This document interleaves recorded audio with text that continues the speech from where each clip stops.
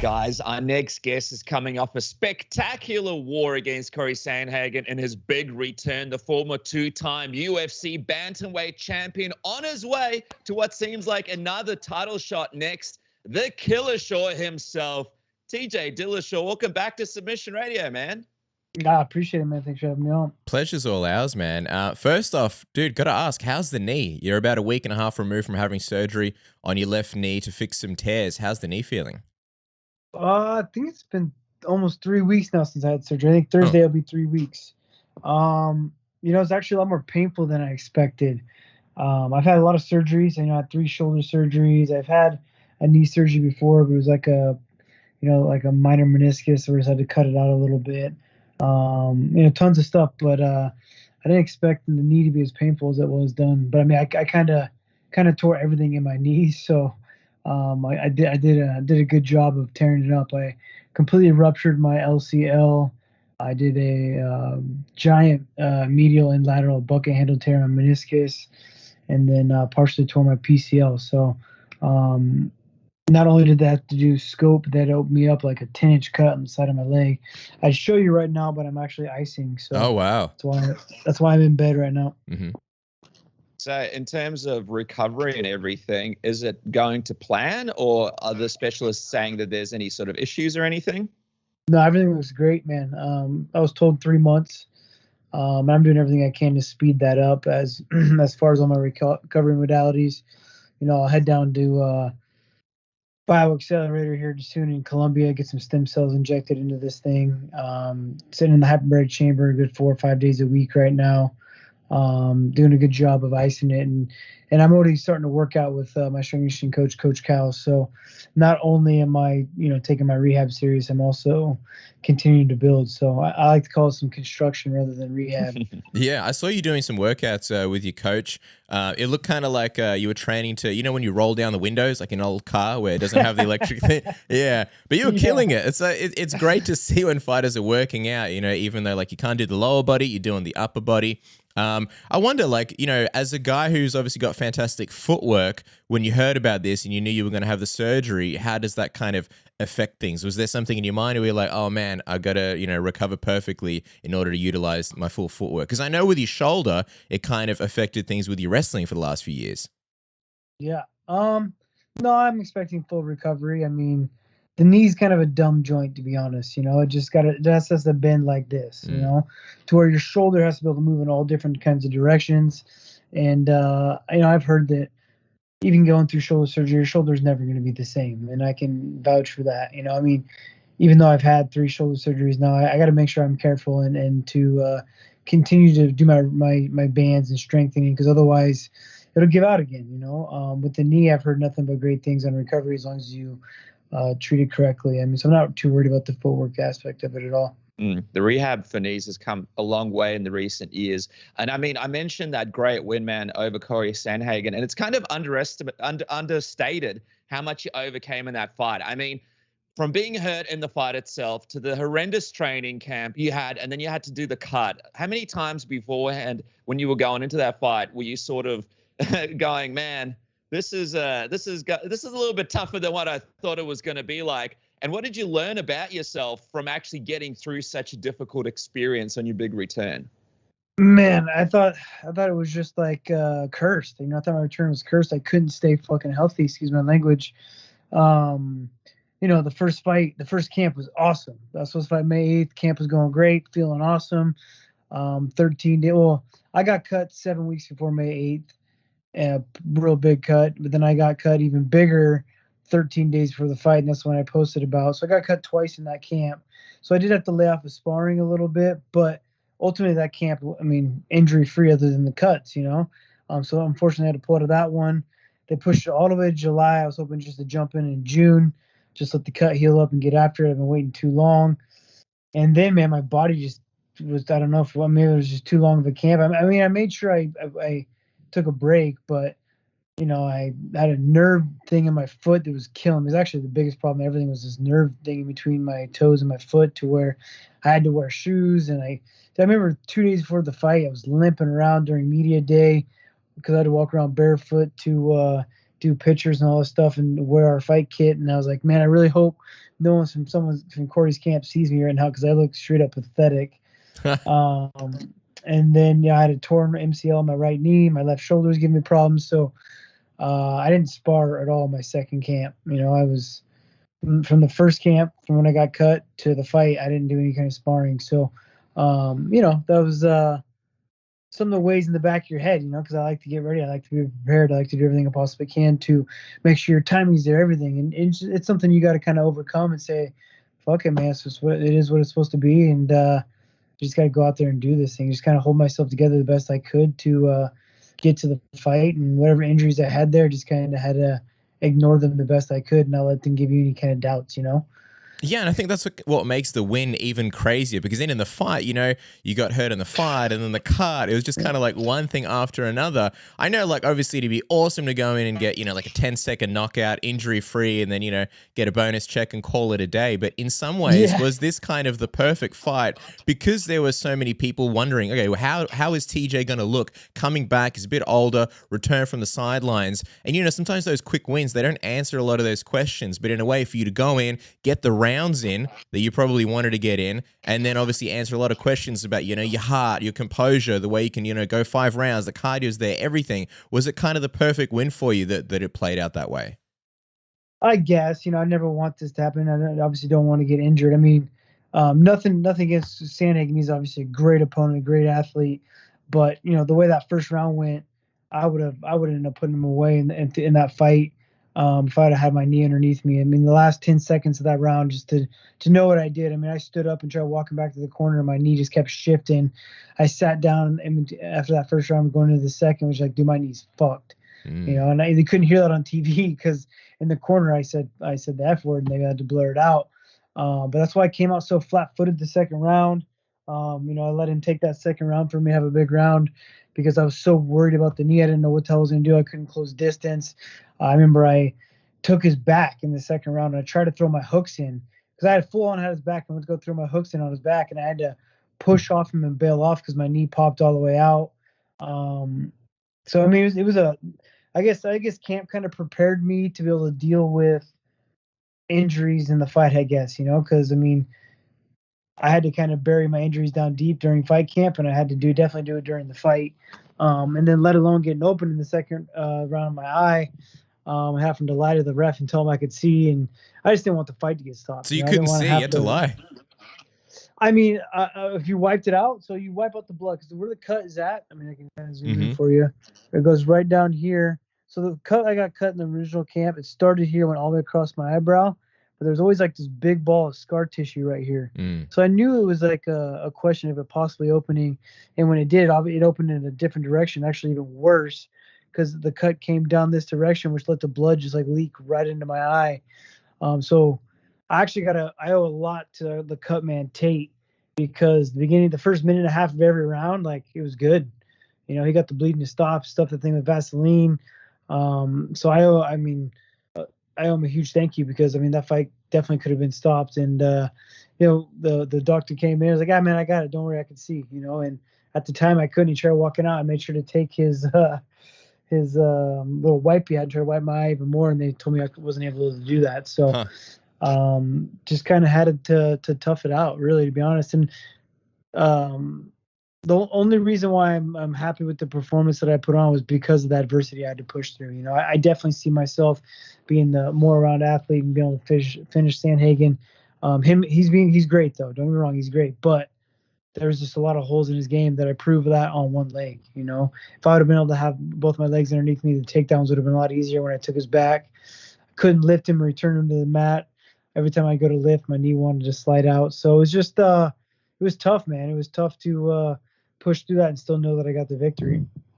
I mean, you describing it just sounds like the plot of like a new Rocky movie. The stuff that you had to go through is absolutely unbelievable. And I can imagine the relief of being back in the win column, getting your hand raised, and feeling like you can finally put this whole saga behind you. I know you famously told Chael Sonnen in that tell-all interview that you were in the darkest time of your life as well as the best. I mean, how would you describe this time now?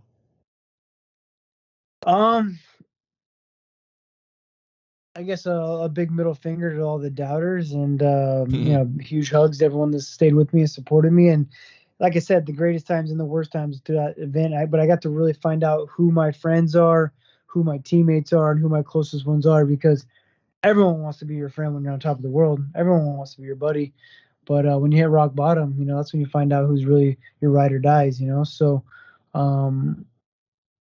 yeah. So I guess just to prove everyone that the cardio I had was from my hard work and not from any kind of bullshit, and that it really was from the weight cut, and that anyone had to question my chin, I definitely stuck that out there a little bit too much.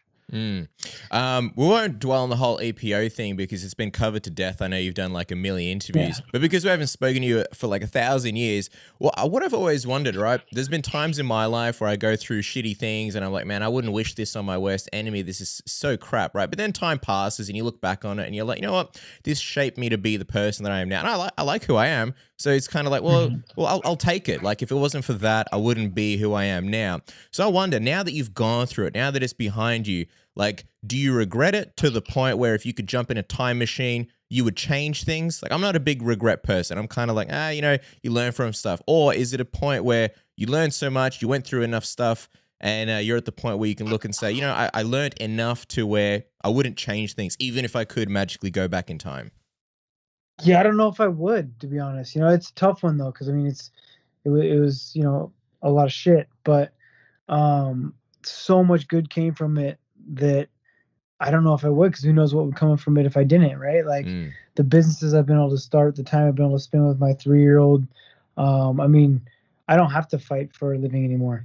I don't have to fight to pay the bills. What I've been able to put into my time, how hard I work inside training room to get ready for a fight, is how hard I work to make sure that me and my family will be okay if I never fought again, and turned out to be very great. So, I don't have to find those big sponsors anymore. I don't have to worry about, the paycheck coming into a fight. I get to do it because I want to, and that I'm just going to get my belt back. Yeah, I know you opened up Clean Juice, your food truck and stuff like that. So this point where now you don't need MMA theoretically, did that only happen while you're on suspension, where you had the time to work on other businesses and stuff?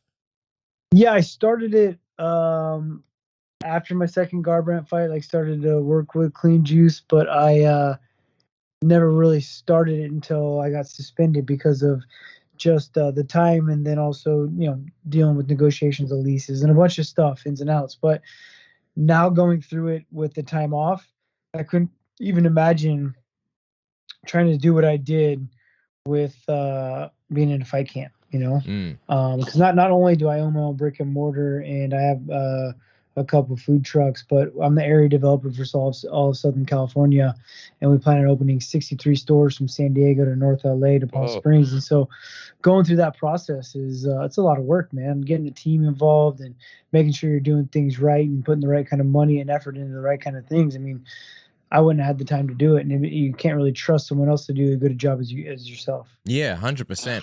I got one more on this, and then we'll move on. But I was watching a Ben Affleck interview recently, and he was saying how guilt is just such a bad feeling because it just doesn't get you anywhere, and you got to get rid of it. Like you can be feeling guilty for decades, and it'll literally get you nowhere. And I like your attitude with this whole thing where you say, look, I don't really care what other people think, and that's right because you can't change what anybody is going to say or think. So I wonder in that Chael interview, which is a really interesting one, you said it's hard not to hate yourself a little bit. Have you forgiven yourself? Have you been able to forgive yourself? Which I think for you is probably the most important thing in your life. Yeah, I definitely think it is. And when I did that Chael interview, it was very fresh, right? It was like it was real soon. So I mean, I think back then it was hard to forgive yourself, right? But I think with how open I was about it, it was almost like doing my own therapy, right? Like with me coming out, talking about it, admitting to it, just getting all the dirt out so that nothing was weighing me down. It was almost like going and talking to a therapist, just kind of getting past it and owning up to it all kind of really let me like forgive myself, I guess you'd say, right? And just own up to my mistakes and move past them. And I've just become a lot more. I mean, I was already mentally tough. That's kind of one of my great skills of being a professional fighter, but it just made me even stronger, right? Made me had a lot thicker skin to be able to deal with bullshit and just be able to deal with the situations that are thrown at you. Because I mean, everyone's got their lowest low, right? Because I mean, it's all relative, and how you end up handling it, is huge. And so learning how to handle these shitty situations is pretty important for life. And TJ, now you're here, you're back on track, and you're recovering from your injuries. Has the UFC told you what's next for you in terms of what's the next fight? Have they talked about a possible title shot next for you? Have you spoken to them at all? I mean, Dana even said it before the fight even happened that they were excited about present something to me that would put us right in the shot for the title. I came back, left as a champion, came back, beat the number one contender, and I think actually the toughest fight at the division. I think that actually was a real title fight.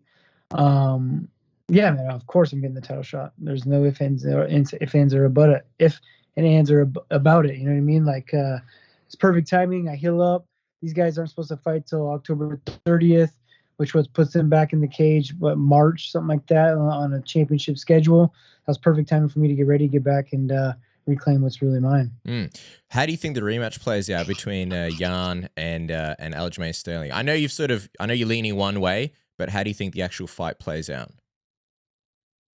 Yeah, man, I think Jan's going to build a lot more confidence, and I think it's going to mess with Sterling's head to see how bad he kind of got punked, that his wrestling didn't work at all.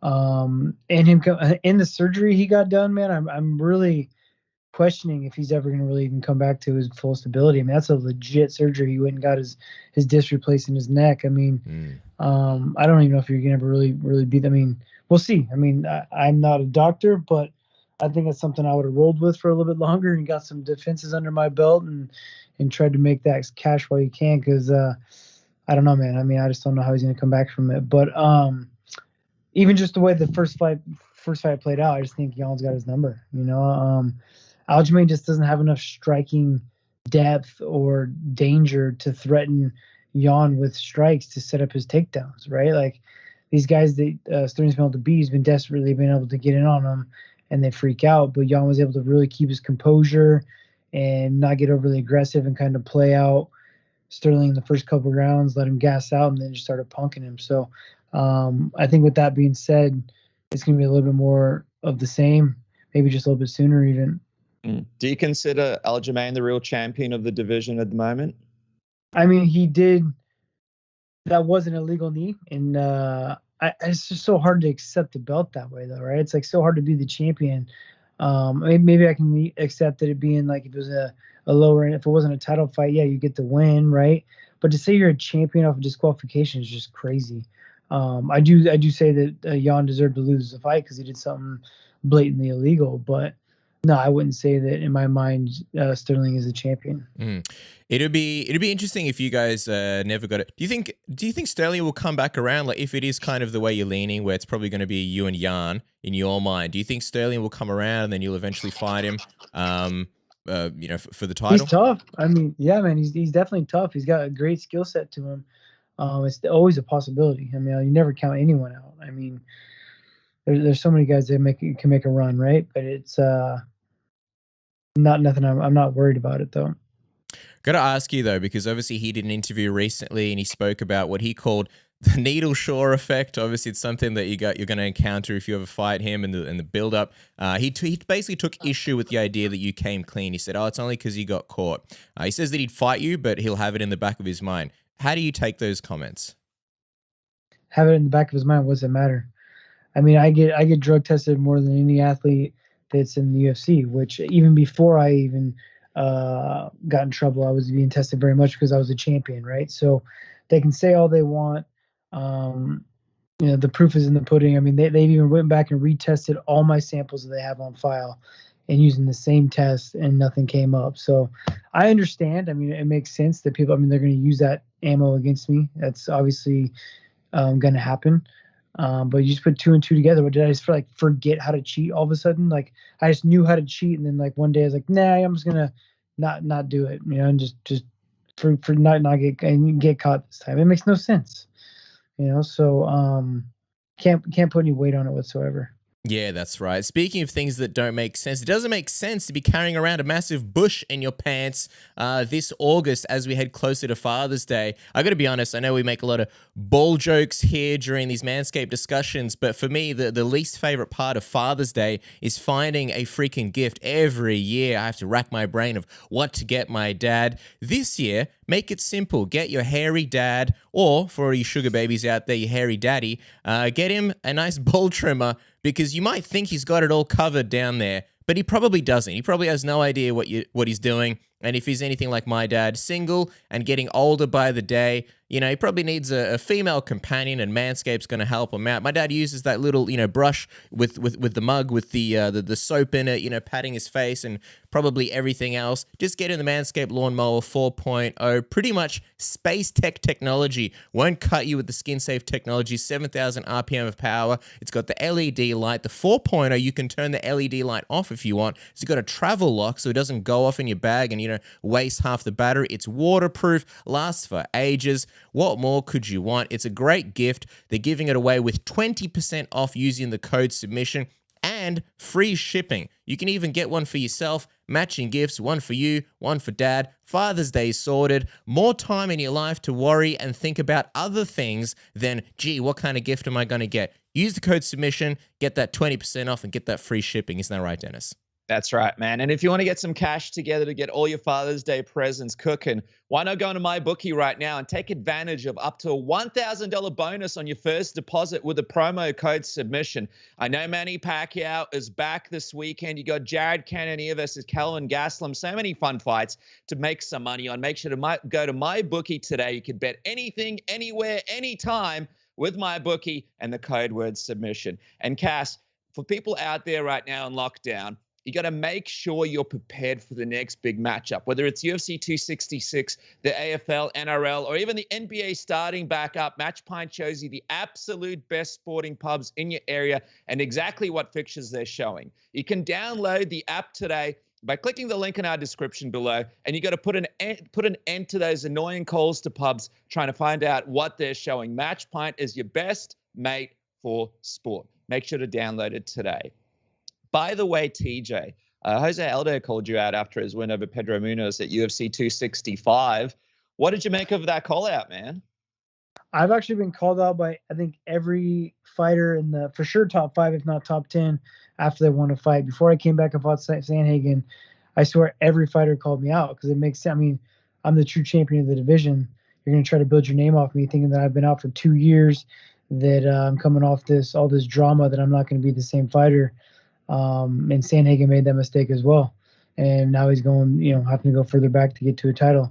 But yeah, I like the call out. I would like to fight Jose Aldo. He's a legend of our sport, and we could do it after I get my belt back. So you could be your first, but would you look at him as a potential first title defense? Shoot, man, the division's so stacked. It depends, man. I mean, you got Rob Font that's making a name for himself. You got Aldo. I mean, one of those two guys definitely would seem like he was up for the challenge. But Yan did just beat Aldo, right? I don't know, something got away. But I mean, just Aldo's name alone makes it interesting, right? Like, I would love that fight. So yeah, maybe it is be my first fight as champ, because Jose Aldo is a legend in the sport. I remember him in the WC before I even had my first professional fight. Him fighting Urijah when I was training there. So the guy's been on top of the world for a long time. So it'd be a dope fight. Just while we're looking at the division, what's your take on Sean O'Malley? I mean, a lot of people are sort of trying to figure out if he ever sort of reaches a title shot contention spot. What do you think? Do you think if you become champion, you ever run into him? I don't think he'll become champion. He got too many holes, and they're feeding him the right fights because he's a huge draw, right? He's able to, for one, they pumped him up. They put him in the UFC pump up machine. They can do that to pretty much anyone if you have a little bit of character, if you can talk whatsoever, or be a little bit colorful, they'll pump you up. And then he's done a good job promoting himself. He's done a really good job of that. And it takes work, man. When you see these guys that get pumped up, they're also putting in the hard work. So he does a good job of that. But we've seen what happened as soon as he fought Cheeto. Cheeto was more of a top-ranked fighter and got finished in the first round. I mean, I don't think he'll be champion, but he's a good draw. I mean, hopefully you can make it far enough to where I could use some of that thunder and get paid off it. Yeah, man. It's all about getting paid. It's all about getting money. I do wonder, like, is there a bucket list for you? Like, let's say you go in there, you become a champion. It's 3 times. I think the only man to do that is Randy Couture, I think. What else would be left for you, man? Is it just a case of like, just keep fighting as long as you can, keep making the money before you have to retire? Is there anything specifically or anyone that you would like to fight or anything that you want to accomplish? What's the bucket list for you, man?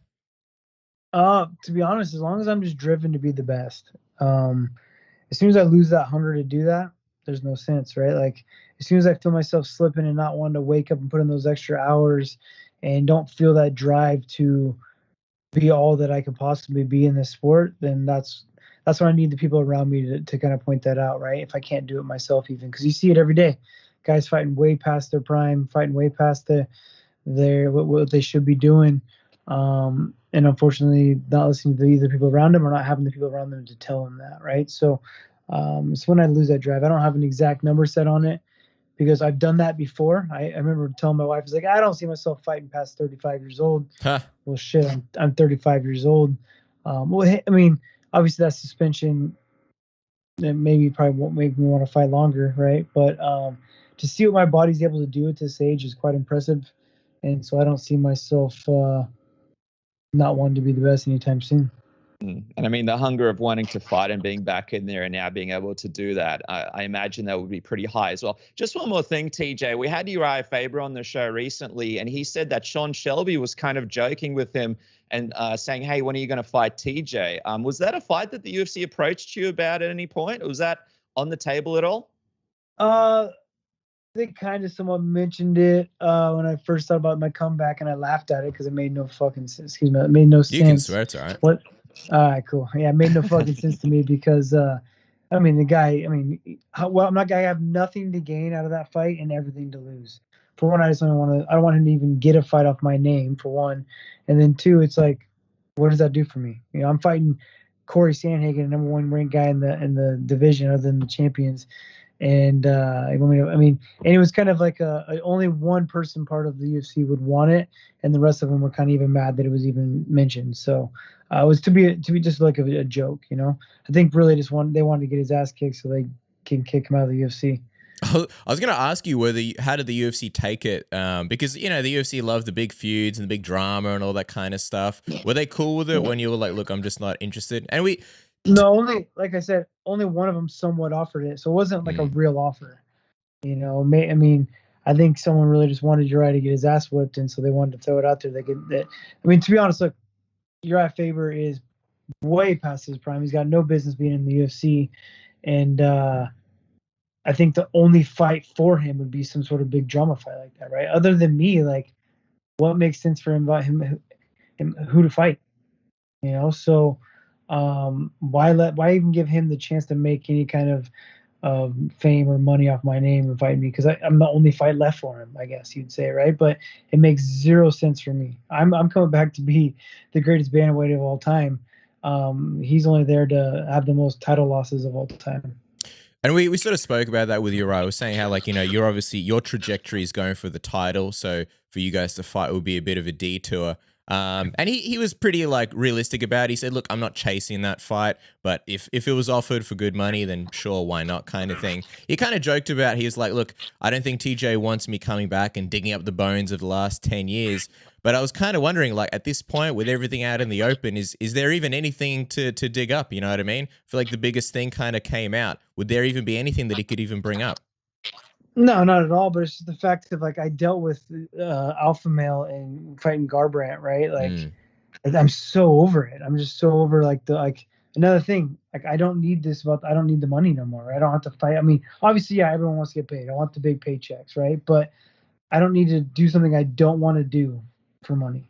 I'm only going to do this because I want to do it, right? And that drama just, like, it helped build my name, got me a ton of, I guess you say, publicity and fame from the fighting, dealing with the Ultimate Fighter and Alpha Male and all the drama back and forth.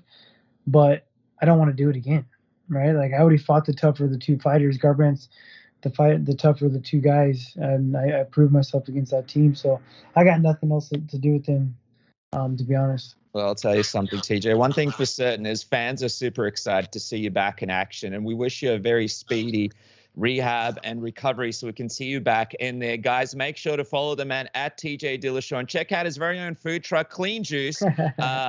Make sure to jump on that. It looks like you're taking over the food industry over there, so congratulations of that. And make sure to pick up some Dillashaw merch while you're at it at tjdillashaw.com.